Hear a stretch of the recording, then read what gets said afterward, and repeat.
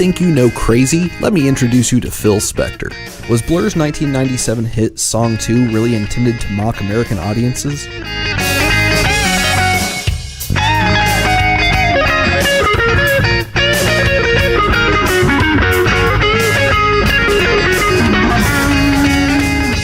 Hey everybody, this is Big Randy with the Smarts Project. For years, I have provided security and transportation for some of the biggest names in the music industry. I'm John. I've been a musician for over 20 years, playing everything from metal and punk to bluegrass and country. We're bringing you a podcast about some of the weirdest myths and legends that the music industry has to offer. This is Tall Tales in Music Mythology.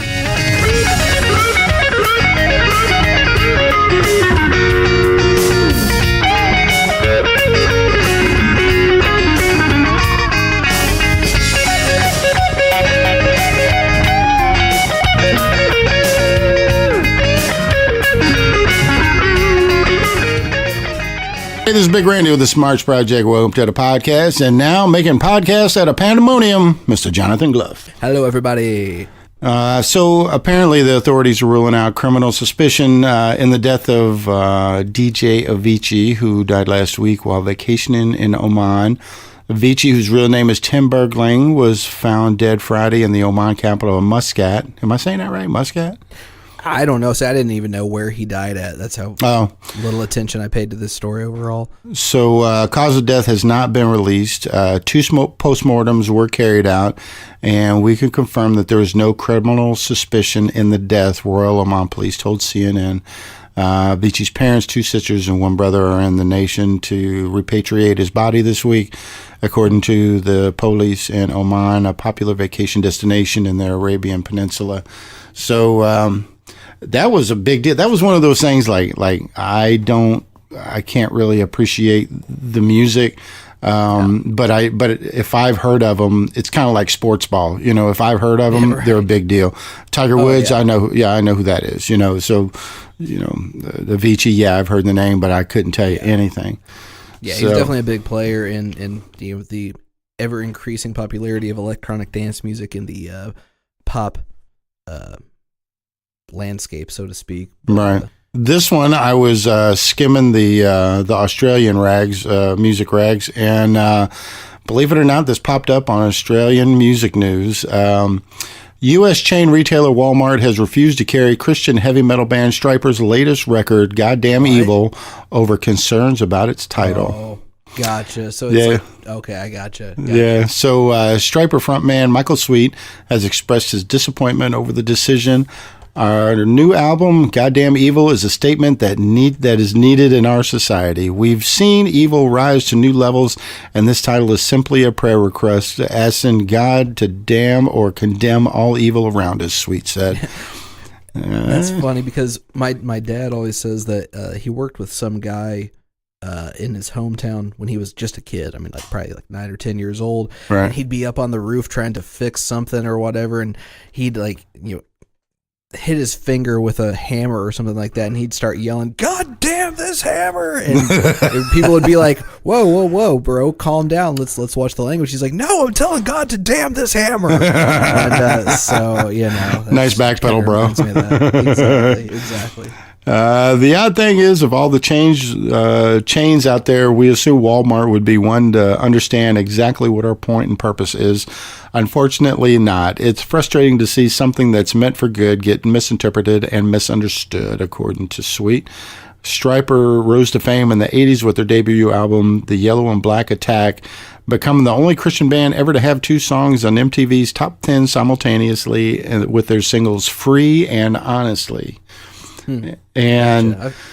I can't even tell you, I remember the way they look, and me and a vast majority of people that are my friends that are around my age, we're all the same way. We're like you, we like the hair metal. But I can't tell you that I could, if it wasn't for that little news clip that I just read, I don't think I could tell you a single song that they ever did. I couldn't tell you. I could tell you, I have an image in my mind, the way they looked. They kind of look like like a really conservative Twisted Sister, you know? Yeah, exactly. Or Poison. Yeah. Poison with class, kind of, sort of, you know, like Poison with their shirts tucked in, I guess, if they had shirts. But I think one of the guys at least wore a leotard. Really? If I'm not mistaken, like spandex. Shit. Oh, well, hell, man, that was the 80s. Of course they wore spandex. Exactly. I've never heard a single Stryper song to the best of my knowledge, so I have no clue. I know of their existence. I know what they are. Right. But yeah, I don't know a single song of theirs. The funny thing of it is, I bet those guys are just friggin' like the way that Bill and Ted is considered in an excellent Bill and Ted's Excellent Adventure, like the way they're considered in the future is like, you know, worldwide heroes. I bet that's the way that Christian folks look at them, you know. I don't know. Well, no. See, I grew up listening to nothing but gospel and country for a very long time, and I remember a lot of talk about Petra, who was a big Christian band in the late 70s. Throughout the 80s and 90s. Just not much about Stryper?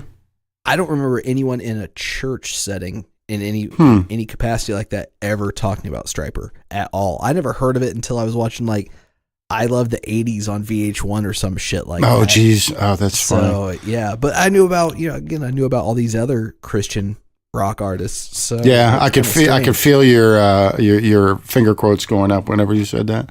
The Christian rock groups, yeah. Right. Did you have any music news you wanted to add in? Man, I feel like I saw something I should talk about, and I don't remember it. So couldn't have been that important. Yeah. No. I saw something this morning. I think it was. I was like, man, we should talk about that. It could have been the Avicii thing, honestly, because I saw a lot of tasteless jokes around the internet about it. But yeah, So. I'd love to talk smack about all those, but well, first of all, whenever I think of stuff that's tasteless and you think of stuff that's tasteless, I can't even imagine your level of tasteless that you see. So the level of tasteless that I see, I thought was like kind of like, kind of funny, like, oh, you sly dog, but I wish I could have been involved in more of them. I just didn't know who the guy was, and I hate throwing stuff around if I don't know anything about the person they're talking about, Like I think there was some pretty cruel stuff going around about like Vern Troyer just passed away yesterday. Ooh, yeah. Not like I knew him or anything, but like I've never heard a bad word about this guy, and no. Everything I've ever heard as far as like normal folks like me and you, meeting him, they always said that he was, kind and big hearted, never act like a celebrity, I really got a kick out of him whenever he was on, what was that show on VH1 where they put like 5 celebrities together? Oh my God, Life. Pissing myself on that. Oh my God, that was so pissing in the corner. Oh, on those little hover around. Oh man. He got drunk. God damn, I wanted to meet that guy. He was my hero after that. He was my hero. Well, the one thing I wanted to toss in before we really get, knuckle deep in this thing is our next episode, and correct me if I'm wrong, but our next episode is our 50th episode. Yep, and you are correct, sir. I can't even believe that. I figured not only would we not be doing this now, I thought that you would have definitely been interviewed by CNN talking about, really, Randy didn't strike me as that type of guy. I didn't think he would do that. But our next episode is the 50th, and we're looking for input from y'all on how we can make it awesome. Get a hold of us on the social media and tell us what you want to hear. You want to hear about Frank Zappa getting shot with a flare gun? We can do that. You want to hear about Iggy Pop calling out a biker gang to a fight? I got that. You want to hear an episode about fun Keith Moon related activities to share with your kids? I got that list. So give us some ideas of what you'd like to hear on the show. We love getting feedback from you, and we'll even read it on the air and dedicate the show to you if it's good enough. So we've done it before. We'll do it again, and absolutely. Let us. We'll throw it in at the as end of the podcast where y'all can get a hold of us, and don't be shy. It only takes just like a few seconds to, hey, fat ass, just, hey, I'd like to hear this. All right. Yeah. And if any of you had any idea how often I glanced at my damn phone, you would know that you can get a hold of me pretty easily. I promise you that much. Yeah. So, yeah. Yeah. So anyway, you got anything before we get started in this, man? Nah, man, I'm good to go. Let's do it. I'm gonna throw in the disclaimer right now. I apologize to anybody that is really in a hurry to power through this podcast and get on to what you're doing. This is going to be a long one, baby, because I have a long one and John's got a long one. Of course, we're talking about our part of the podcast, not anything else. That's not what your mother said last night. Damn you and your humor. So, but I had the reason my part is so long on this. Is because I just, the more I started reading, like I thought I knew a lot about Phil Spector. Yeah, I didn't know shit from Apple Butter about this guy.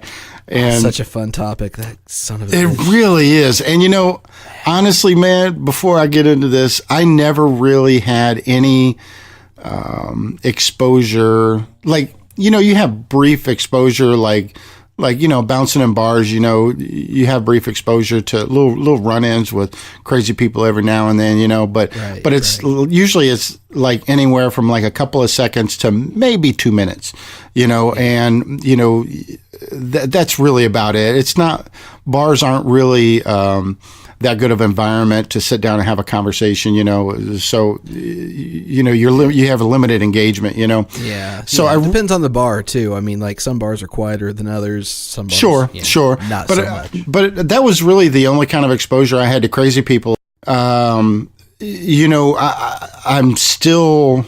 I'm still a little surprised whenever I hear crazy people things. And a lot of times, if nobody gets hurt, a lot of times I think it's funny. Like, there's some shit I'm going to cover on this one that I'm doing that it's just funny as hell. And it makes you tilt your head like the RCA Victor dog, but Right. But it's just like there's no reason for this shit happening, other than whatever thing is going on inside his head. But anyway. And I want to quickly apologize. I said something about him being a fun topic. Obviously, there are plenty of things I know you will talk about Phil Spector that are not so fun. So Right. I'm not trying to, like you said, it's just kind of, holy shit, this dude is crazy as hell. It's, exactly. Yeah. And the level of his craziness is what's funny, not what happened from it. It's just like, holy shit, this guy had some serious issues and unfortunately led to a lot of very unfortunate things happen. Oh, this brother ain't got issues. He's got entire libraries, bro. Yeah, no doubt. On the day after Christmas in 1939, little Harvey Philip Spector was born into the world, and few would ever dream that he would be one of the biggest influences in music history. On an interview with Mike Brown just a few weeks before an actress named Lana Clarkson was found shot dead in his hallway, Phil Spector spoke of his lifelong dream to have his favorite actor, Al Pacino, play him in a film of his life. Phil clearly imagined that this would be a work celebrating his towering musical achievements as a legendary producer of records by the Ronettes, the Righteous Brothers, and the Beatles. What he could never have imagined is that Pacino would indeed one day play him, but not as the brash cocksure tycoon of teen. Al Pacino plays him going through the court dance for a charge of murder. So Phil Spector was a songwriter, producer, co-creator of the 60s Wall of Sound style, along with engineer Larry Levine.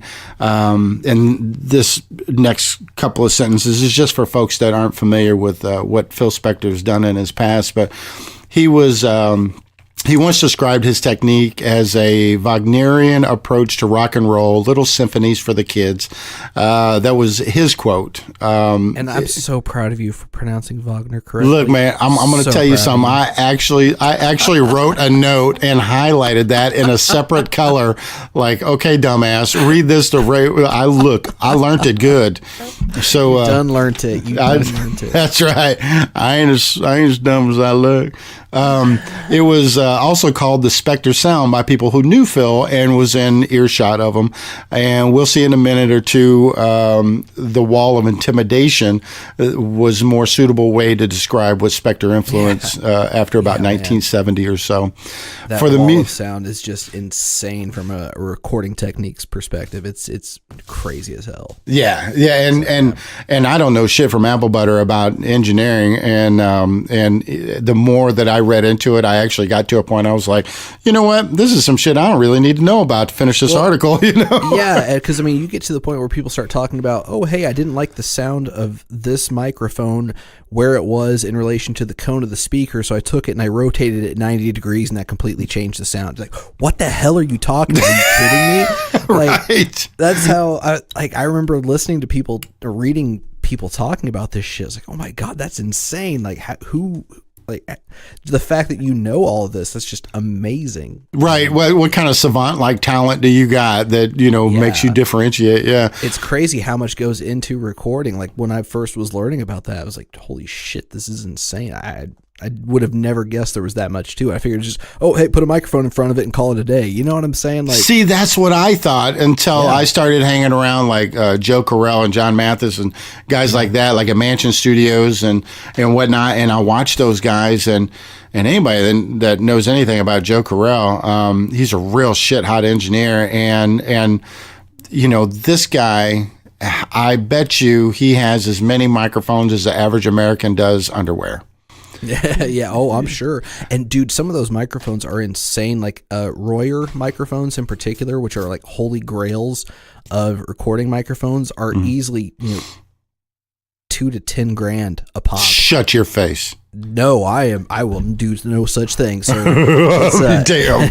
Well, whenever we first started the podcast, I had actually got a hold of Joe Carroll, and I said, hey man, we're starting a podcast, and I know you got a few, and for people that don't know Joe Carroll, he gets a lot of microphones from companies that make microphones, and he'll get like prototypes, and they'll send them to him. I'm sure there's a handful of people that are like him, but they'll send some to him. Beta testers for that stuff. Oh, is that what that's called, a beta tester? So, well, normally like there's that term's usually applied to like software and stuff. Like, I'm a beta tester for a lot of programs through like Google and various. Oh, no kidding! Is that right? Like that, but yeah, but that's a little bit different. Getting physical things instead of just digital software. I mean, that's clearly, you're you have a much higher status than just, some software here. Right. Yeah. You can't email a microphone. Yeah.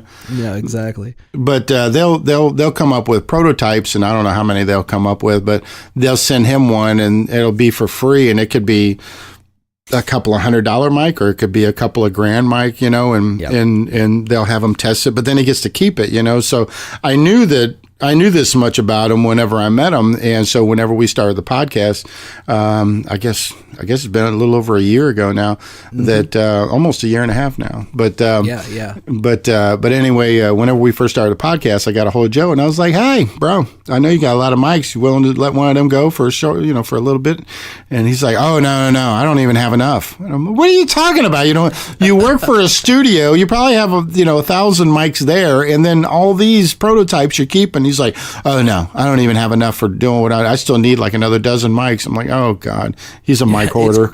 It's crazy how much variation though that there can be from one thing, one mic to another, and not just even within the same. You've got so many different styles as far as ribbon mics, cardioid mics, condenser mics, right? Diaphragm mics, all these different things, and they all have different characteristics, and even then within that same range. There's so many different characteristics of different microphones within, the same style even. It's just insane how much variation there is. So for the musically challenged, such as myself, the Wallis Sound was a popular music production technique developed in Gold Star Studios in the 1960s, in which a number of musicians performed the same parts in unison, and the resulting sound is re-recorded in an echo chamber. You think that's a fair description? That actually is a very, very good description of it. Right on. It really is. I really tried to break apart all the 50-cent words into, 17-cent words and make it to where, like, I'm talking to people like me, and I'm not accusing anybody. I'm not accusing anybody that's our listeners of being dumb like me. It's just I'm thinking if I can understand it, anybody can understand it. So the Wallis Sound was designed specifically for radios and jukeboxes, which back in the 60s, that's really your market. And even though it sounded excruciatingly shitty in the studio with good equipment, but this story isn't about the Wallis Sound. This story is about how crazy Phil Spector is. So So Ronnie Z-Man Barzell, an immoral record producer from Russ Meyer's Beyond the Valley of the Dolls, is said to have been based on a slight exaggeration of Phil Spector. Now, I've never seen the movie. I'm almost positive you have, but no, actually, I've never seen it. I know that it pops up on Reddit quite a bit. In fact, it was just up there, I think yesterday or the day before. I know that Roger Ebert was involved in the making of it. Oh, that's funny. Like film critic Roger Ebert, actually. Right. And I know it's like a satire of the music and film industry, but I mean, that's about as much as I know about it. I got to go on the Netflix now and watch it, but I don't think it's on there, but I could be wrong. I think it's funny how they say it's a slight exaggeration. In fact, I actually took those two words in that order from the article that I was reading, because I'm thinking there's got to be some kind of humor that I'm not really picking up, you know. So, and they're saying like it's only just slightly exaggerated because he was really this crazy or something like that. Yeah, you know, like what's his face on The Princess Bride? No, he's only a little dead. He's not all dead. Oh, yeah. You know, so right. So just a short list of talent Phil has produced for would include the Crystals, the Beatles, Ike and Tina Turner, the Righteous Brothers, Cher, and the Ramones. While still in high school in 1958, he forms the Teddy Bears and records his first and the group's only hit record. The inscription on his father's tombstone provided the inspiration. To know him is to love him. Spector's father committed suicide. So, yeah. So the record goes gold and the group appears on American Bandstand. Phil's early success with groups like the Teddy Bears and the Ronettes made him wealthy as a young man, and he continued to earn money from royalties from records he produced. He was a millionaire by the time he was 21. Do you know that? Holy shit! No, I did not. I had no idea he was a millionaire by that. Yeah. Now I'm not gonna spoil the ending, but there was a really bad thing that happened to him at the end of this story, and whenever that happened to him, he was 72. Now he's older than that now, so he's been rich for a long damn time. Yeah, so, no doubt. While on tour with the Teddy Bears, an 18-year-old Spector is cornered in a men's urinal. Short and unprepared to defend himself, Phil is pissed on by four little street thugs. The incident so mortifies and scares Phil that he keeps a bodyguard and a gun around him from that day on. And it was like that until the day he went to jail. So, yeah. I didn't realize that either. Yeah. So in 1960, Phil moves to New York and works as a producer and a session musician. Later that year, he forms a partnership with Lester Sills and forms the Phillies label. In 1962, he buys out Lester Sill and becomes sole owner of Phillies Records. Embroiled in legal battles with the label's co-owner, Lester Sill, Spector delivers a new song he's still contractually obligated to produce, a 6-minute quote-unquote dance, 45, by the Crystals called Let's Dance the Screw. So the chorus consisted mostly of Spector intoning the words "dance the screw" slowly over a spare, monotonous beat with the same thing on the other side's part 2, and that was literally the name of the B-side, part 2. So music mythology has it that Phil wanted to screw Sill out of his obligational hit record because even though that he bought out Lester Sill's part of the ownership of the company, he was still contractually obligated to do this song with the group, to produce it and release it. So a copy of the record is hand delivered by Phil to Lester Sill, and so just so he got the message that, you know, I'm screwing you out of this money. So Phil closes the doors 4 years later, and I'm guessing that nothing was ever heard from that again. I couldn't find anything, but to be perfectly honest, I didn't spare a whole lot of time trying to research it. So songwriters Jerry Goffin and Carole King brought Phil a new song written about their babysitter, Eva Boyd, who, as little Eva, would also become lead singer on another Goffin King song. She inspired The Locomotion. You probably know that song, right? Oh, yeah, everybody knows that song. Little Eva, yeah. So, abused by her boyfriend, Eva tells Carole King that the violence only proves how much he loves her. The following 45, He Hit Me, would get the deadpan version of Phil's Wall of Sound treatment.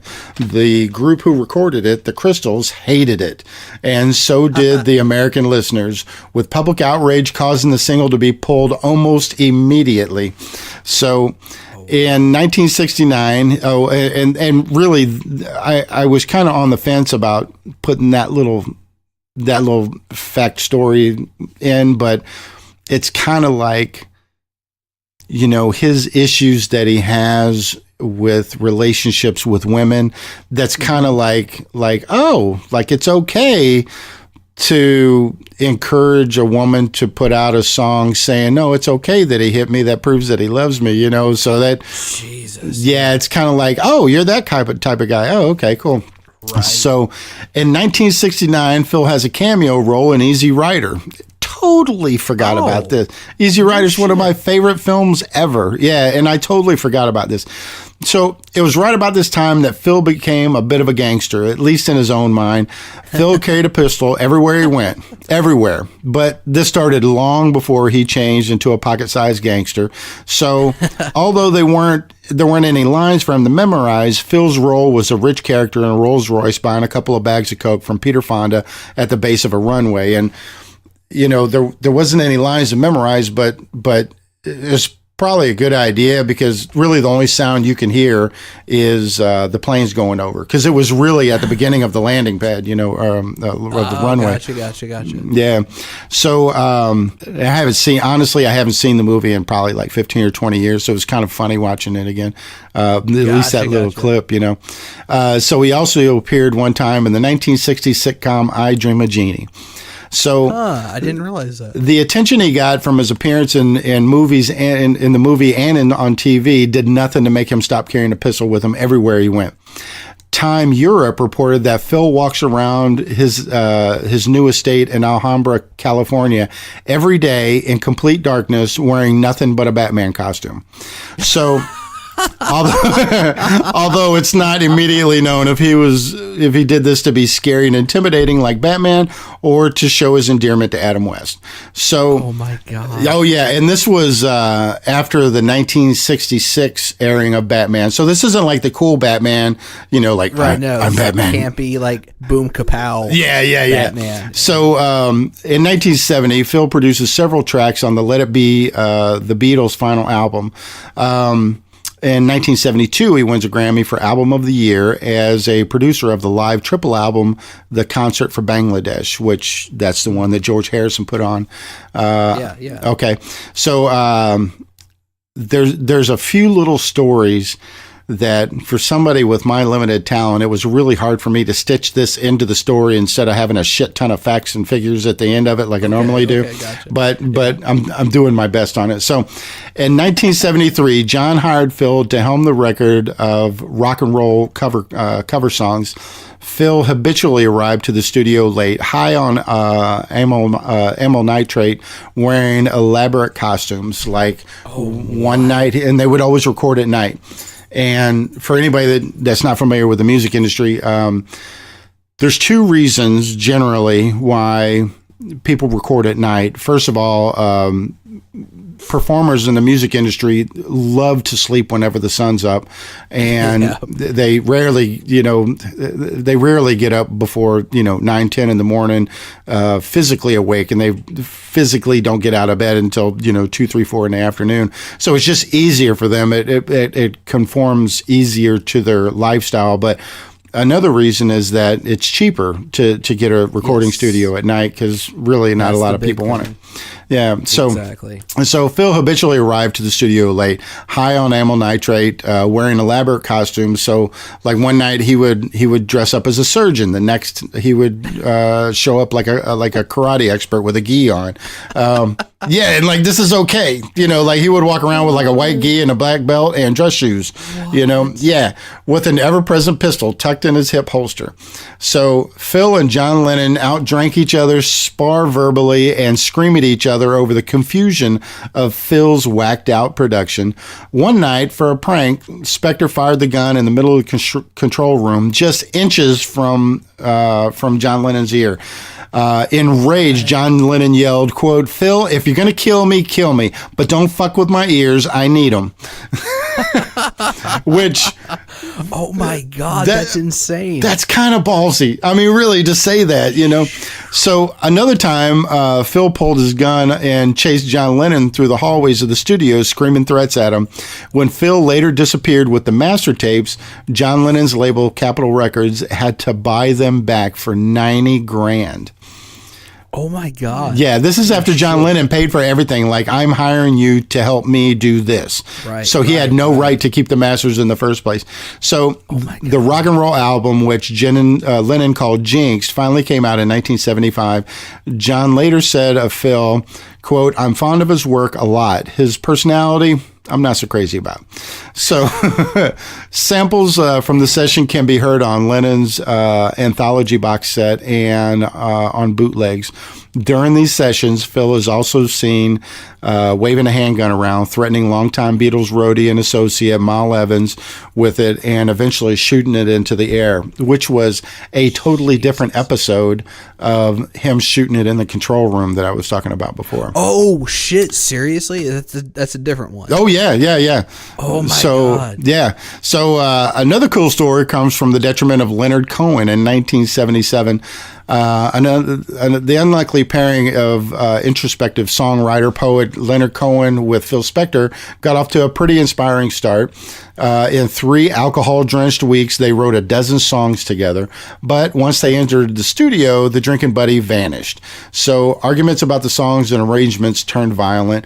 And as Cohen described it, the sessions became, quote, "armed to the teeth. You were slipping over bullets and biting into revolvers in your hamburger," unquote.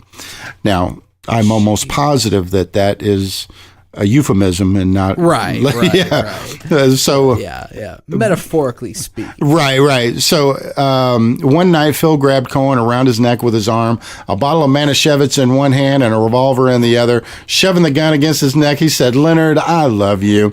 Cohen slowly pushed the barrel away, replying, "I hope you do, Phil." So the resulting album, 1978's Death of a Ladies' Man, was a commercial disaster, with fans complaining that Cohen's voice was buried under Phil's Wagnerian excess. So Phil was inducted into the Rock and Roll Hall of Fame and stuns the awards ceremony when he enters with 3 bodyguards, all with hands on their guns. He proceeds to make a long, rambling, nearly incomprehensible acceptance speech, and then falls off stage. What? Oh, I got to look that up. I know, right? Holy shit. Phil came out of retirement in 1995 to produce the Celine Dion album. The album, entitled Falling Into You, featured popular tracks Because You Loved Me and Falling Into You. However, Phil declared his disgust with Celine's management team, and consequently, he later backed out of the project, which I can't help but think that was probably a smart move on her part, you know, but yeah. What do I know? Man. So on February 3rd, 2003, actress Lana Clarkson is shot to death in Phil Spector's home. Now, I will say that I was going to find out more. I had full intention of finding out more facts about this particular case, but there was 2 reasons that I stopped myself from doing it. First of all, it's long as it is. So, you know, this story is really just about Phil Spector. It's not about one particular case. And the other reason is that, you know, out of respect for her family, you know,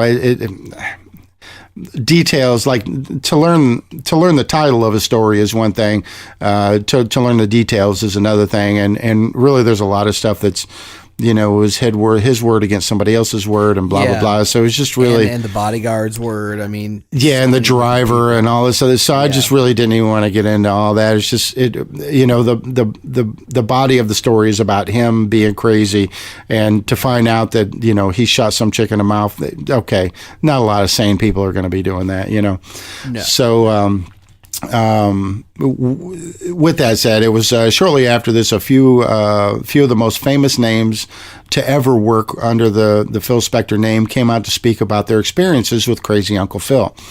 Blondie lead singer held her tongue for years, but in 2007, after Spector went on trial for murder of Lana Clarkson, Harry spoke out. So in the late 70s, when Phil was hoping to make a comeback, he invited Debbie Harry to his mansion to discuss a studio collaboration. The meeting went south real fast. It went real south real fast. So he pulled a gun, Debbie recalled, that notorious thing he does. He stuck it in my boot and went bang. I thought, get me out of here. I just want to go home, unquote. What? Why would anyone be carrying around a .45 automatic in their home, she says. Yeah. What the hell? And that was just within a few minutes of starting the meeting. I mean, That's crazy. Yeah. So probably one of the most ballsiest stories comes from the picture of traditionalism and propriety themselves, the Ramones. When the legendary New York punk band hired Phil Spector in 1979, they didn't know they were getting a BOGO, Nice Phil and Evil Phil. Nice Phil wore sports shirts and cracked corny jokes like a dad. Evil Phil wore a cape, dark glasses, and was abusive and controlling. So when an exhausted Dee Ramone said he was going to go home one night, Spector reached into to his jacket. He pulled out his revolver, and he says, "You're not going anywhere." The bassist replied, "What are you going to do? Shoot me? Go ahead. I'm leaving. Goodbye." That's ballsy, man. So, dude, yeah. The band soldiered on with Phil endlessly remixing and driving the budget to over $700,000. The resulting album, End of the Century, got mixed reviews and by critics and fans. Another great Ramones story comes from whenever Uncle Phil forces the band to play the same opening guitar chord over and over again for 8 solid hours, mixing it into the song Rock and Roll High School until he gets it just the way he wants it. At one point, the frustrated band attempts to leave, but Phil pulls a gun on the group and forces them to play his 1963 hit by the Ronettes, Baby I Love You. What the hell? I know you're just shaking your head right now, aren't you? Oh my God. Yeah. I didn't know any of that. Holy shit, that's crazy. Yeah, and I thought that you would really appreciate this because it's the Ramones, you know? Right. But man, that's crazy. Oh, yeah. But until the murder of Lana Clarkson, nothing would compare to what he did to his own wife, Veronica Spector, or what everybody else calls Ronnie Spector. Guns played a small part in the wall of intimidation that Spector built around his wife, former Ronette singer Ronnie Bennett. After their marriage in 1968, Spector held the young bride hostage in his mansion, isolating her from the world, squashing her musical ambitions. His cruelty really knew no bounds. He tied her up and locked her in the closet. He hid her shoes so she couldn't walk out on them. Creepiest of all is he installed a gold coffin with a glass top in the basement, promising that he would kill her and display her corpse if she ever left him. I can keep my eye on you after you're dead, Spector said to her. So one time he leads Ronnie's mother, Beatrice, to that gold coffin with the glass top, telling her this is where Ronnie will lie if she ever tries to leave me. So, right, that's almost like, yeah, you know, there's a lot of shit you'll tell your wife, you know, but to tell your wife's mom, you know, like, damn. Man, so, with firearms and bodyguards all over the house, Ronnie was convinced he meant business. So in 1972, she finally broke out of a kidnapping. She finally broke out of the kidnapping, and it ends when a barefoot Ronnie, assisted by her mother, somehow slips past the barred windows, barbed wire fences, attacked dogs, and bodyguards as she ran barefoot off the property. So she divorced Phil in 1974. Quote, "I knew if I didn't leave at that time, I was going to die there," Ronnie said. That's insane. Oh, yeah. So Phil Spector is rumored to have been so jealous and paranoid that he insisted that his girlfriend at the time, Ronnie, of the Ronettes, put a dummy in the passenger seat of her car when she left the house without him in order to discourage attracting interest from other men. So... And I will tell you that I don't know if I think she's still alive now, but I can tell you that just a handful of years ago at I don't know, 70, she still looked good. I mean, yeah, she's 74 apparently. She still looked good. The last pictures that I've seen, like current pictures I've seen, she still looks good. You know, wow. I mean, whatever she's doing, keep drinking it or eating it or whatever you're doing. But it was even, this is a go. He even was rumored to pull a gun on Stevie Wonder, who was neither his artist or physically able to see what Phil was doing, arguably making this display rather unnecessary. Oh, my God. Do you see this, Stevie? Do you see the gun? Oh, well, I'm tapping it on the table. Can you hear it? Do you recognize the gun, the smell of a gun if I wave it under your nose? You know, so he carried guns at all times because of the thing that happened in 1958. He was determined not to ever let it happen again. But I'm fairly sure that Lennon, Harry, Wonder, and Cohen never threatened to piss on him. Although I can't speak for the Ramones. It is the Ramones after all. In March 2010, while serving his prison sentence at the California Substance Abuse Treatment Facility and State Prison in Corcoran, California, sources say that Phil got a mud hole stomped in his ass. It is rumored that a fellow inmate attacked the producer for speaking out of line. His 29-year-old wife, Rachel Short, denies the attack ever took place. On April 13th, 2009, Phil Spector is convicted of second-degree murder. Phil is sentenced to 19 years to life in prison on May 29th, 2009. In June 2010, Phil's wife, Rachel Short, releases a new CD, Out of My Shell, and it's spelled Chelle. See what she did there? Gotcha. Yeah. That's good marketing right there. It's like Weekend with no E at the end, you know. Which was Phil was listed as producer, and this is the first production that Phil has done in 30 years. So on October 2013, Phil is moved to the California Healthcare Facility in Stockton, which treats sick inmates. March 18th of 2016, Phil files for divorce from his 29-year-old, I guess she's 30 in, Rachel Short, his wife Rachel Short. No doubt as a result of a combination of his contribution to the world of music and great production skills and his rumored oddball behaviors, Phil Spector was voted the 63rd greatest rock and roll artist of all time by Rolling Stone. Ultimately, he has been found guilty of murdering an actress, the innocence of all children, and a Beatles album. All are monstrous crimes in my book. So that's my story, and I'm sticking to it, and we'll be right back. Big John's going to come back and lay it down. All right.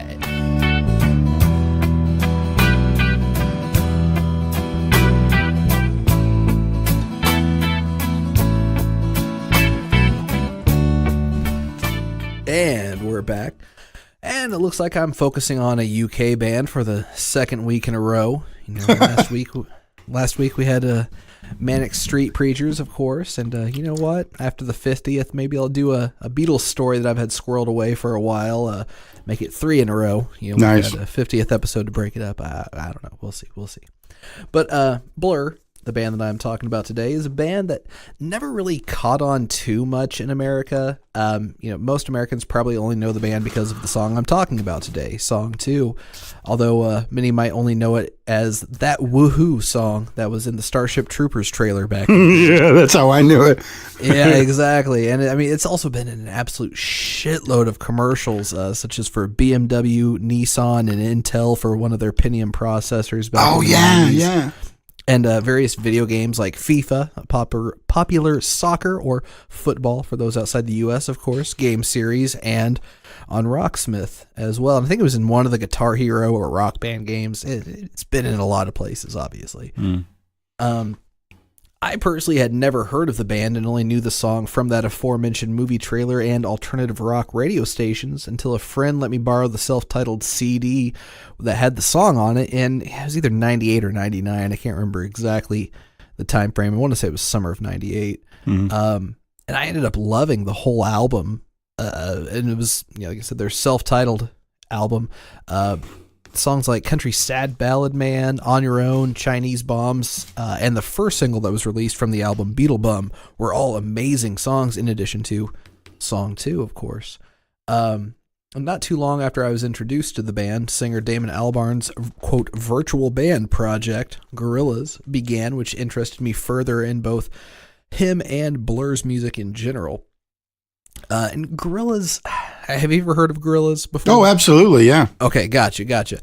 I'm not necessarily a huge fan of their music, but I very much respect what he did with that, having like kind of a revolving cast of musicians and rappers in particular come in and out of the band. Well, not only that, but I think, looking at it from a marketing perspective, they went about a totally, like in the day, whenever they were the meat, right. They went about it a totally different way with the animation and the marketing and all that. I mean, nobody's done that before that, probably not since.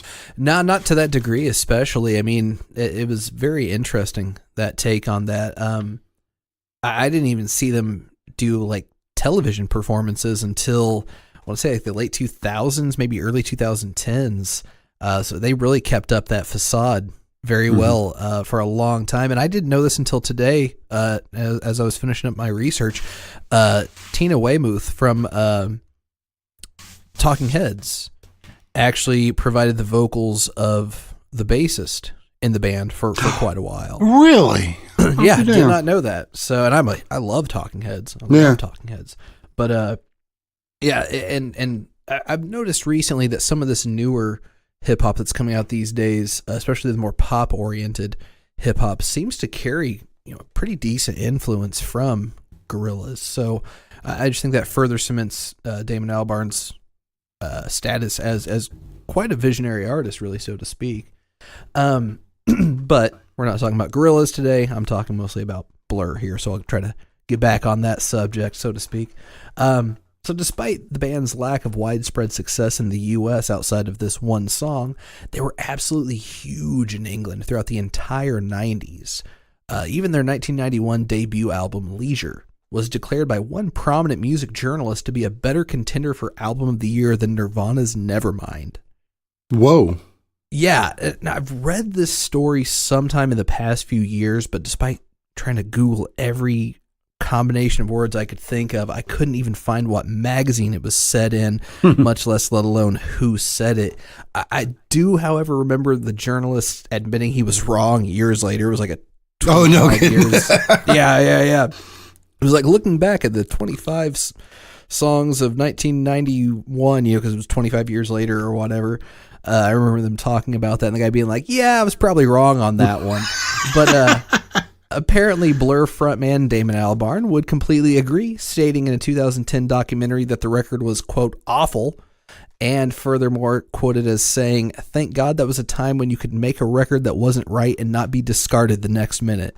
Meaning he's thankful that, the music industry wasn't like it was or like it currently is, and you make one album and that sucks and you're cut from the roster, right? So yeah, he apparently has not looked back on it with fondness. So Blur, whose name was changed from Seymour at their label's insistence, started out drawing influence from the Manchester and shoegaze movements. Now, shoegaze is a genre I've mentioned briefly before, but the best way I can describe it is a mix of either very, very heavily fuzzed out strummed guitars or very clean reverb and echo drenched, elegantly picked dream pop. So many songs will alternate back and forth between the two extremes, and while some songs can be definitely described as either heavy due to the extremely distorted guitars and often glacially paced songs, they're certainly not hard or aggressive by any stretch of the imagination. Other than genre offshoots that mix shoegaze elements into black metal, you'd be very hard-pressed to find a shoegaze band that doesn't stick to melodic and often almost whispered vocals.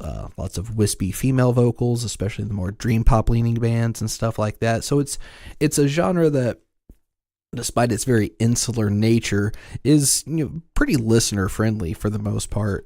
And the genre name itself comes from the progenitors of the genre, such as My Bloody Valentine, Boris, Slowdive, Whir, and way too many others to name here, having the tendency to stare down at their feet while playing, or even with their backs completely turned to the audience. Oh, wow. Now, this was likely either from extreme stage fright / social anxiety, a feeling of disdain for their audience, or, most likely, especially listening to or reading interviews with many of those bands, a mix of the two. The other subgenre I mentioned there, Manchester, is one I'm really familiar with in name only. I mean, I've listened to some of the Stone Roses material here and there, but they're the only band lumped into this category I've ever really even heard of, let alone listened to it all. But apparently the scene was kind of a mix of alternative rock, a la the Pixies or the Smiths and such, with acid house, which was the early rave scene in England, and the kind of early offshoot or the early version of EDM as we know it now. In case the name wasn't a dead giveaway, the scene was often heavily associated with drug use, including, of course, the eponymous LSD, but also more commonly ecstasy. And, I like how you just, of course. Right.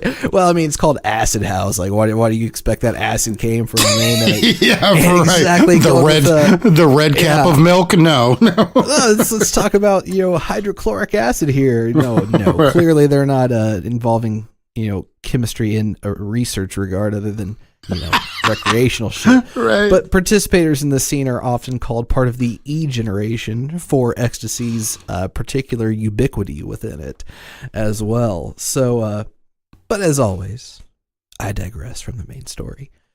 Blur were some of the leaders of the Britpop scene of the 90s alongside their rivals Oasis. Now, Britpop was kind of a vague term applied to this sort of guitar-driven rock that was clearly inspired by like the Kinks and the Beatles and stuff like that emerged at the beginning of the 90s. And again, Blur and Oasis were kind of at the forefront of that movement. And I knew there was some bad blood between the bands, but I didn't realize just how ridiculous it got. There's actually a great article on NME's website about it that I'd encourage anyone who has any interest in the topic to read. But the too long didn't read rundown of it can basically be summed up saying that Oasis were great songwriters, but kind of acting like asshole rock stars, wanting only to have the highest charting hit.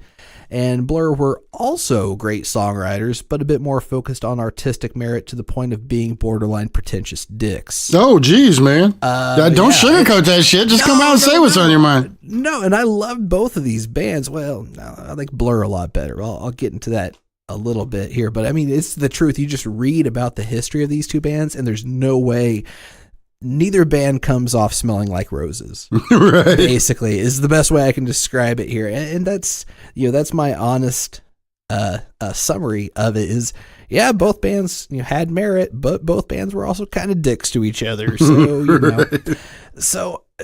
But that's it's a very nuanced and surprisingly in-depth look. This article is at the very tabloid-ready story of this Britpop rivalry between these two bands. It's just ridiculous. If you get a chance sometime, read about it. It's hilarious. I'll get a little bit more into it in a little bit here, but okay.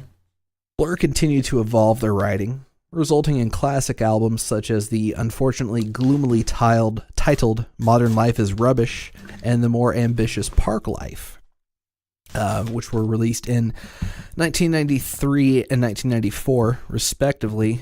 Then 1995's The Great Escape was seen by the band as somewhat of a step back in their progress from that previous release, Park Life. So for their follow-up, the self-titled Blur, they had a direction more in line with American indie and alternative acts such as Pavement, Dinosaur Jr., and I'm going to say a touch of the more song-oriented side of Sonic Youth. So for those familiar with the band, I'm going to say it's a little more of the Sonic Nurse side and a little less of the noise-focused Sonic Youth recordings series. That's not to say one's objectively good or bad, right. Just that it's hard to argue the difference in content between the two, and which one may have had more of an influence on Blur at the time becomes pretty obvious pretty quickly.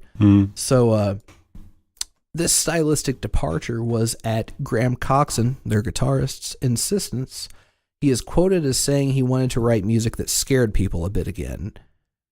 And while I certainly wouldn't call the album scary in any capacity, it is a fiercely diverse album while still having plenty of songs that still manage to be extremely catchy. So I really, again, even though I may have said some slightly negative things about the band's rivalry with Oasis, I really do like Blur, and in particular this album, a whole lot. So right on.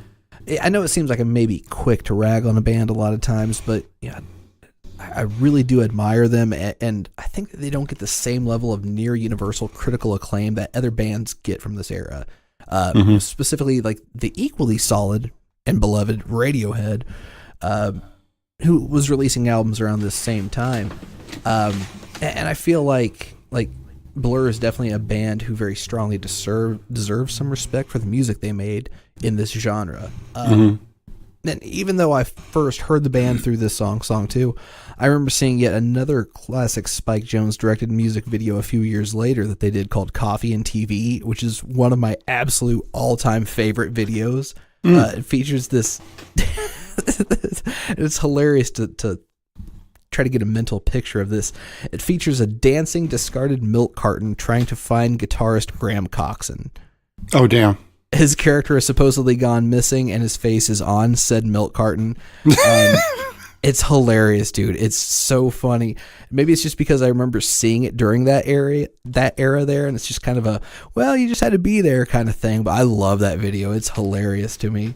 And so, as I mentioned, Radiohead they were putting out albums like The Bends and OK Computer, Kid A, and Amnesiac during this era, kind of the heyday of Oasis and Blur. But unlike those two bands, they managed to not involve themselves in much, if any, of the drama. So, they kind of removed themselves from that whole thing and just focused more on their art. So I really respect them for that. And I'm not trying to say anyone has to listen to my opinion and hold it like the gospel, but that's my honest opinion, and I'd like to think it's a pretty well-informed and well-defended one. So I agree. I agree. Fight me, bro. But come at me. I'm just kidding. But so to finally get back to the meat of my story, the band's eponymous 1997 album began recording in June of 1996 in London. And most of the album was recorded there at Mayfair Studios, but some vocals towards the end of the album's production cycle were finished at Albarn's house in Reykjavik, Iceland. And only slightly joking here, but I legitimately wondered if he wanted to be a little bit closer to Bjork, since her also Spike Jonze directed music video for It's Oh So Quiet was released around that same time. Really? Maybe it's just a coincidence, but hey, whatever. Right? No, I'm just kidding. But so the myth in question here is as to whether the song is actually a parody of American music, specifically grunge, or not. And this is a myth I can both recall reading about and hearing several times, and I really thought I remembered seeing it in a music magazine like Guitar World or Alternative Press or even Rolling Stone, although I don't always put a ton of stock into what they say anyway. But it seems like I remember a direct quote from one of the members of the band saying that one of the members of the band, and I thought it was either the guitarist Graham Coxon or their bassist Alex James. Sorry. I was starting to say, really? Is that how we started? Wow. Frickin' frogs are turning gay. Intergalactic pedophiles. Right. Psychic vampires. Seems like I remember one of them, or a quote about one of them being unironically a fan of grunge, and that this song was written to parody both the American audiences who loved the style of music and said unsuspecting band member who never caught on to being the butt of jokes while the recordings were still underway. Mm-hmm. However, unless it is hidden behind one hell of a good paywall, I can't find anything that directly cites a quote from anyone in the band to that level of specificity. And although I still think I have probably almost every music magazine I ever bought or subscribed to back in the day, in a couple of big cardboard boxes, I sure as hell didn't feel like digging through them all, even though that was my whole reason behind keeping them. So, well, I was starting to say, well, okay. So I have to say that, at least in an unofficial manner, I have to say this rumor is just unconfirmed. However, In an unofficial capacity, I have to say I wholeheartedly believe that this song was intended as such. And part of that reasoning comes from the earlier NME article I mentioned earlier. Through an in-depth discussion, although an in-depth discussion of the so-called Battle of Britpop is more than what I would like to get into here, the article does really underscore one thing, and that is that Damon Albarn really likes to fuck with people. I shit you not, there is a pre-formed Google search result card titled The Battle of Britpop. So like if I was searching for Oasis versus Blur, and this like pre-formed, it looked like a Wikipedia header card pops up that literally is just called The Battle of Britpop and gives a like quick summary of the disputes between the bands. I'll be damned. So yeah, apparently there's a name for this whole spat here. The one I was talking about earlier with, them basically they were wanting to Oasis saw it as a race to see who would get a number one single first, and Blur didn't care about it nearly as much as they did, but they showed that they like to mess with Oasis a little bit and do a little bit of tongue-in-cheek kind of mocking of them here and there. And so because of his propensity to mess with people's heads, I can definitely see that being the case on Damon's part. Think about the lyrics to the song. They make exactly zero sense. I mean, and if you've ever listened to other Blur songs, none of them are like Song 2, either musically or lyrically. So, like, I'm not trying to say that he's the world's greatest songwriter or anything like that, but he doesn't exactly make a habit of completely nonsensical lyrics like I got my head checked by a jumbo jet. Okay? So, I mean, like, even his more seemingly abstract lyrics usually have at least some sort of discernible theme to them. So, that's kind of clue number one, that something's afoot here. And I believe he was making fun of the sometimes overly obtuse lyrics of some of the bands with a similar musical style in that day. Bush. And although I've made known my admiration of Kurt Cobain's songwriting, his lyrics did sometimes veer dangerously close to this category as well. And while there's definitely something to say about crafting lyrics with some unusual metaphors and wordplay and different word choices and stuff like that, it can also venture into the overwrought and melodramatic. Again, Bush. Hey, it wouldn't be an episode of the show without me poking fun of at least one band, am I right? Right. But and in Bush's defense, even though Gavin Rossdale's lyrics are, obtuse to the point of incoherence oftentimes, I have to admit they are somewhat of a guilty pleasure of mine occasionally. I think it was just ingrained into me at a young age. I just kind of blindly loved all music at the time because we're just kind of starting to get into it in general. Sure. And not just what my parents were listening to, but what my friends were listening to. And so since grunge was still going strong at that time, I have a perhaps somewhat undeserved soft spot for a lot of that grunge from that era. So except for Candlebox, I really hate that band. So just as the lyrics to Song 2 are flagrantly out of place with the rest of the band's catalog, so is the music, really. And I'm not saying that the band was, had any just one certain style you could nail them down with, but an aggressive beat and guitar were not exactly something you would say, oh, that's what I think of when I think of Blur. So the song starts off with what I've accurately seen described as a, quote, aggro beat. Aggro, of course, being shorthand here for aggressive. Okay. And apparently the drum beat consisted of two drum kits being played simultaneously. One of them by drummer Dave Rowntree and one by guitarist Graham Coxon. And in an interview with Q Magazine, Basics Alex James, I'll get it right this time and not say Alex Jones, said that the dual drum kits were Coxon's idea. So given that Graham seemed to clearly be in on the planning of the recording of this song, and with Damon's lyrics so different than his usual writing, I have to say it seems like the bassist may have been the one the prank was on, mainly due to his complete lack of input on the song by his own accord. I found this quote from Alex James on Enemy's website that talked about the day they recorded Song 2, and he said, quote, "I remember having a really bad sweaty hangover that day. Oh, geez. I'd been trying to think of a title for a TV show a friend was doing about rock wives. Then it came to me, Hits and Misses." So I thought that was my work for the day over. It sums up Song 2. We didn't think about it at all. But clearly some thought was put into this if they decided to, use 2 drum kits at the same time, and the song's distinctive chorus, which again features singer Damon Albarn just saying "woohoo" over and over again.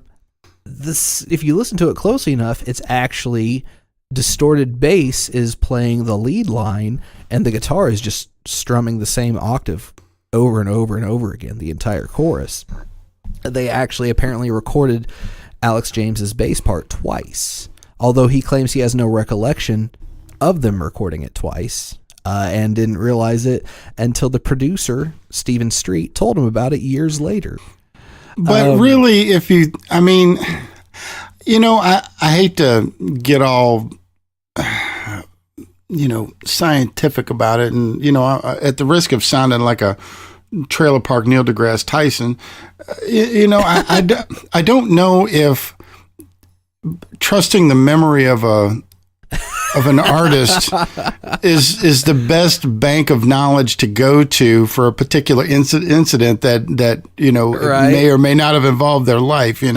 Well, and to go further into it, so the song is not a terribly involved song. It's short. It's 2 minutes long.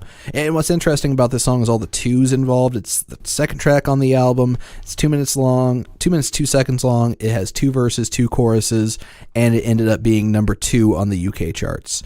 Oh, wow. Which the last one obviously is even more coincidental than the rest of it.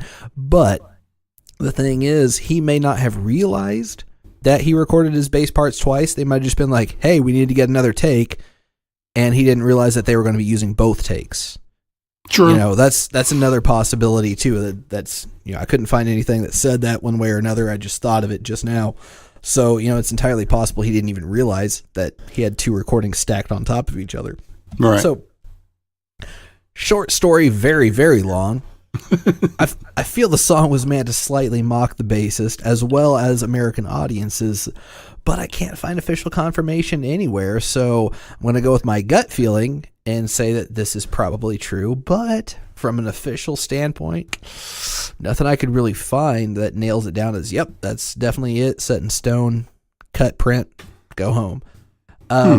However, ironically, if the song is intended to make fun of American audiences, joke's on them, because the song is also their biggest hit in England as well. So I guess it ended up mocking British fans too in the long run. So yeah, it's a fun song. I mean, it's cheesy, but it's catchy, and so I have to tell you that, in a great band too. I have to tell you that it reminds me, not in like genre or style of music or style of performing or anything artistic about it, but the song related to the band reminds me a lot of Tub Thumping, where there's by Chumbawamba, yeah, which has no similarity to the rest of their catalog either. Well, not only that, but it was a one-off. Another one that could go into that would be "Walking on Sunshine" by Katrina and the Waves. I never really thought about it till you said it, but yeah, definitely different than far departed from the rest of their catalog. But not only that, but the most commercial song success that they've ever had is the one that is so detached from the rest of their catalog. And not only that, but it is not a good representation of the band's true style, Exactly. Because for the people that just started listening to the podcast, one thing that we kind of pride ourselves on is that we don't know what each other's story is before we start recording. But the one thing that I do try to find out is what artist that John's going to be covering, because I don't want to step on his toes and vice versa. So whenever I found out, he told me the band's name, and I was like, well, that's cool. I'm definitely not going to do that because I've never heard of these fools. And then he told me the song, and you go, and then the second message was specifically this song. I was like, whatever, I'll look it up. And I was like, oh, that's a hell of a song. Oh, I love that song, And then I was like, oh, whatever happened to these guys? And I thought, like, they burned up in a plane accident, or maybe that's one of the bands that, they ate each other in the, up airplane accident up in some kind of snowy mountain somewhere. Right, but yeah, I personally, that's not my genre, but I have not heard anything from those cats other than that one song. That was it. Yeah. And so I listened to that album a whole lot. I haven't listened to the 3 or 4 albums they had before that as much. I've listened to some songs here and there. I listened to the album after that, which I can't think of the name of it, but it's the one that had Coffee and TV on it. And I've listened to some Gorillaz stuff here and there, but they actually are still around. Blur reunited and put out a new album a couple of years ago. So I'm not really sure what they're doing, right at this moment, but yeah, they were huge in England back in the day and just never kind of got that same success in the U.S. for whatever reason, which kind of surprises me because Oasis was huge in America.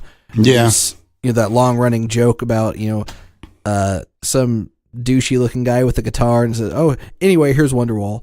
Yeah, and some guy strapping a box guitar to his back, over his shoulder. So anyway, it was wonderful. So yeah, basically. Well, I think if anything in the past, I would say at least 10 years. People older than me would probably say 20 years. That if anything, American music history has proven that you don't have to have any kind of integrity or talent to make it big in the music industry.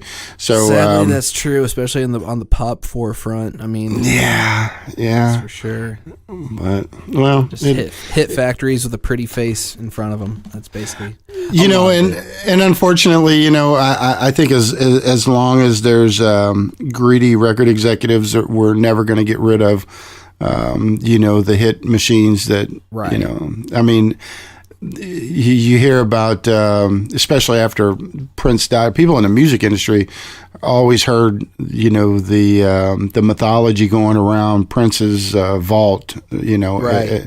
at his place, but, it really wasn't really made public until after he passed away. But, how many places how many vaults like that are in, all around the world in Capitol Records and RCA and, the list goes on, there's hit makers everywhere. Just like the Wrecking Crew with Phil Spector, Right, right. Carol Kay is such a badass. She was such a phenomenal bassist and had such an understated but widespread impact on recording, and in particular bass.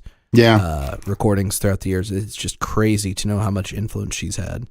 At the risk of making this long podcast even longer, I was reading an article today, and it was about this lady. I want to say it was in Madison, Wisconsin, that she was a reporter with a local newspaper, maybe Music Rag, something like that. And they put it in the article, but I can't remember what it was. But anyway, whenever Van Halen was just starting out, they got really blowed up by this one concert. It was their very first tour they were on, and I can't remember the ones. I remember it was Journey and somebody else that they were opening up for, but this was Van Halen was coming out, AC/DC was coming out. It was right at that really late 70s. Yeah, that flashpoint in rock, and that was huge. That moment in rock history is huge, and there's been big ones since, and there's been big ones prior, but that was just really a massive, massive flashpoint right there in the rock industry. But anyway, that whoever it was Journey and whoever the other band was, that they had rooms at the Sheraton or wherever it was that they were staying at, but they didn't have room for Van Halen. So they said, whoever the promoters were, they were like, well, we'll just put Van Halen on the side burner and they won't perform. Well, they had... they had already told their album, their label that any night that goes by, they would rather perform than not. Whether they get paid or not, they'd rather perform than not perform. So, of course, this is back in the early days when they were first starting out, pre-Diver Down, and they of course they had Dave with them. And so anyway, there was this lady that she was a reporter with some whatever this thing was in Madison, and she was a big Van Halen fan way before they blew up. And gotcha. She says that apparently on something that they big promotion that they publicly thanked, like they, a lot of articles they'll say, we'd like to thank our manager because they did this. It's almost like an accepting a Grammy, where I'd like to thank our manager for this and our blah blah blah blah blah. And they publicly thanked this particular, I think it was called the Shuffle Inn, I think, if I remember right, was the name of the hotel, specifically the 7th floor, and it was just kind of odd that they, not only did they thank a hotel, but they were thinking the 7th floor of a hotel, but anyway, she said that she knew right away after meeting, because she kind of clicked with Alex, but she really had the hots for Eddie really bad. And so she's kind of hanging out and just kind of kidding around with Alex. Apparently he was kind of like the jokester of the group. And they were talking or whatever. She had the hots for Eddie, and she went off into this room. This was in the 7th floor of that party hotel I was telling you about. And he was in there all by himself, and he was playing guitar while everybody else is out there partying. Anywhere Dave's at, there's going to be a party. And she said that she knew right then and there that he was getting. Now, of course, this is 30 plus years after the fact, almost 40 years after the fact. It's easy to say that now, but, as she was saying, at that moment, she knew that he was going to be a big influence to guitarists all over the world.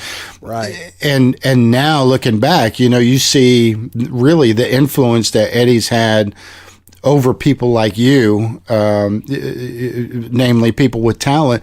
Do you think there's been anybody since him that has had that much influence on a particular instrument, and at least in rock and roll? Not that I know of. No. I would definitely hands down say that he was probably the most influential, or the last one to have that big of an influence, at least. Yeah, I was trying to rack my brain, trying to think of somebody. And of course, one of my favorites is ZZ Top. And right. Although they were popular before Van Halen. Really, yeah, but I think that they were more of a cult following, than any. It was a huge cult following. In the 80s, yeah, I guess that's true too. Their heyday was really the Eliminator era in the mid 80s there with Legs and Sharp Dressed Man and stuff like that. They had some big hits in the 70s like LaGrange and LaGrange, man, you LaGrange can't beat LaGrange. Yeah, by far. And I think their third album. So, well, their third album, what? That was off of their third album, Tres Hombres, which came out in the mid 70s. They didn't get huge until the 80s with Eliminator. Yeah, and actually, that's whenever I was, I guess, formally introduced to ZZ Top. Like LaGrange, I actually heard LaGrange before the Eliminator album came out, but and then I think they had another one after that. Wasn't it Afterburner? Yeah. I think that one was even later in the 80s, maybe even early 90s, maybe. Too. Yeah, that was a huge one too. Now I had heard LaGrange before then, but I really looked at it from in my own little world, like from the way that an artist would look at a song, because, hell, by that time I knew 7, 8, maybe even 10 chords, so I was knuckle deep into music, but, really formally, like, to hear the song and go, oh yeah, ZZ Top, that's the Eliminator album. They're from Texas and blah, blah, blah, blah, but, I think of other influences like that, and you have guys like Yngwie Malmsteen. You have what's the Steve Vai? Steve Vai, thank you. Yeah, I feel, I don't mean it like this, but I feel it's so disrespectful whenever I say, the former guitarist for David Lee Roth. Right. And he also played with Frank Zappa before that too, actually. I'm sorry? He also played with Frank Zappa before he played with David Lee Roth. Oh, is that right? I didn't know that one. He got his gig with Frank Zappa by painstakingly transcribing into sheet music a bunch of Frank Zappa songs and handwriting it and mailing it to him. Shut up. Is that right? Yeah, dude. That's some dedication right there. And Joe Satriani is who taught him, and Joe Satriani also taught Kirk Hammett of Metallica. I'll be damned. Is that right? Man. Well, I think, if you ever watch any videos of anything that has to do with Eddie Van Halen, outside of the band Van Halen, his real love for Chet Atkins and Les Paul, and to watch him and Chet Atkins play was just wow. I've maybe seen like 2 videos that has them playing together, but I mean, he treated him like Buddha, And Chet Atkins was the man. I mean, that dude was sick. He doesn't get the recognition he deserves in a lot of circles. Oh yeah, and really even Les Paul too. I mean, obviously, the Gibson Les Paul is one of the most famous. I mean, next to the Stratocaster and the Telecaster, it's easily one of the top 3 most famous guitar shapes of all time. Yeah, and a lot of people aren't terribly familiar with Les Paul's actual music in this day and age. So yeah, but I also think it was a matter of communication back then, because really all you had was artists that were talking to each other, or you had the guitar rags, or radio. I mean, because you got to figure the Gibson Les Paul wasn't made until the 50s, and I mean Les Paul's recording career started long before he had a signature model. So yeah, it's crazy. I mean, really all you had back then would have just been radio. Television wasn't even really a thing. Yeah, that was really to see. I remember back in the 70s and the 80s, it was so rare. I mean, it was really a rare snowflake to see. That was a unicorn to see Van Halen on TV for anything. Mm-hmm. And performing, if you saw him on TV at all, this is pre-MTV days, obviously, but if you saw them on TV at all, they probably weren't performing. Because hell, they didn't even have the Grammys on TV back in that day. Oh, no, not at all. Yeah, how people saw it back then, I don't know. I have no idea. So, you got anything else before we shut this mother down? No, man, that's all I got. The one thing I wanted to bring up before we get off here is that I really need you guys to know how much we appreciate guys like my buddy Eric that's out there overseas right now, and all them crazy cats and boys and girls out there that are representing the United States and getting a tan and getting fit on the company dime. And we really hope that y'all make it back soon. Y'all families miss you, and we miss you too. So as far as this episode is concerned, music history doesn't end just because this episode is over. Anytime you've got a music myth or legend you'd like to hear us talk about on the show, feel free to reach out to us on social media. You can find us on Facebook at Tall Tales of Music Mythology, or on Twitter at T2M2 Podcast, or you can email us at T2M2podcast@gmail.com. And you can contact me about the Smarts Project on the Facebook, Twitter, and Instagram. All of those are at Smarts Project. And in the meantime, let's be kind to each other. Tell your kids you love them while you got them. And no matter what you do in life, never be a myth. Always be a legend. Love you. Bye. Bye. Hey, everybody. John here. If you'd like to hear me rant about other topics besides just music, check out the Gluff Nation podcast, where my brother and I tackle topics from politics, pop culture, and tech trends. Find us on YouTube, and we'll be bringing our rambling diatribes to iTunes and everywhere else podcasts are available soon. Thanks for listening.